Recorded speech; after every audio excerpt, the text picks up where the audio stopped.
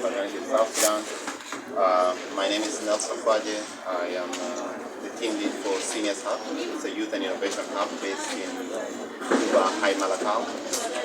We aim at creating opportunities for the youth through innovation and access to opportunities. And we are delighted to have Kush allow my colleague to just say introduce himself also. Thanks, Nelson. I'm Ryan O'Grady, acting CEO of Kush Bank here in South Sudan. I'm thrilled to be here tonight with Nelson and the team at C.E.O.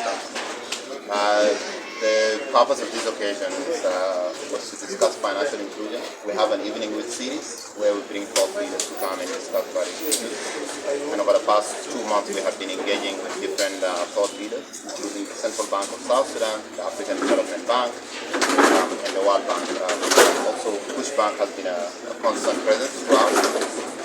And today we had a diverse audience of youth, primarily discussing the issue of financial inclusion on women and youth. Yeah, and what we capped off today's event with is announcing that for the next year, Kush is going to make a monthly contribution to help meet the core operating expenses here of seniors. Because having places like this where people can come, they can gather, we can have free discourse, we can exchange innovation concepts and move ideas from concept to reality is essential here in South Sudan. And CNF for quite a while now has been doing this, and we're thrilled that as a bank that is part of our financial inclusion strategy, we can help make this a space where people can continue to come together and thrive. Yeah, and I think from our end, as I stated earlier on, we basically subsidize access to opportunities. That's our main operations, like the shelter that we provide here, the shed, the events. Majority of these things come at a zero or negligible cost. And the idea is that the barrier to entry for the youth comes access to knowledge, access to a good place to think and to do different events is very high in this country. And the idea, by partnering with the organization like Kush, we are able to cover our costs, and also by so doing, hundreds if not thousands of people are able to access these resources. And this partnership couldn't have come at a better time. We have been transitioning from a donor-supported mechanism into a hybrid mechanism, where we work with the private sector, but also we work with the development partners. But increasingly, we want to move more to private sector because that makes the place more sustainable. So by doing kind of this joint partnership, it helps a lot. And ultimately, in banking and in looking at financial inclusion, we're looking at ways that we can break down barriers. And this is a fantastic example of how the team here at CEOs are working every day to break those barriers down. So we're thrilled to be working with you for the year ahead. We're thrilled to be bringing more stability to the budget. And as you said, this is the first step. This is not the last step.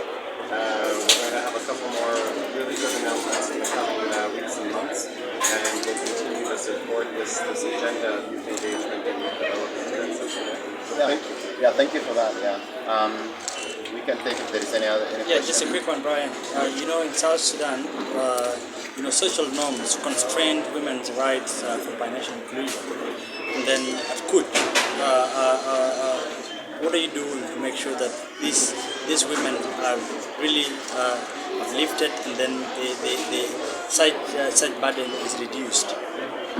Well, first off, as a Kwaje banker here in your country, I'm not necessarily the best person to talk about what I believe in social norms versus national norms. However, what I can say is that we take inclusion very seriously in terms of how we approach this, and we are advocating for a women's enterprise specialist so that we can look at all of our products and services through specifically a women's lens, so that we're developing credit, different products that are relevant and that are going to create a deeper impact for women in business. Yes, my name is Kwaje. I work for the Government School. We understand that in South Sudan, most of the people keep their money at home rather than in the bank, because they're saying that they don't trust the bank. What is the Kush Bank doing to engage these people in order to keep their money in the bank? So you're quite right. Only about 6% of the population make use of the formal banking system. So it's shockingly low, and it constrains the economy in terms of liquidity. So cost of goods are higher, access to capital is tougher. So what we have to do though is build trust, and that has to start with me. It has to start with the bank that I work for. So we have to take those first steps in building trust with the communities we serve. So that's why this year we've gone with no-fee banking.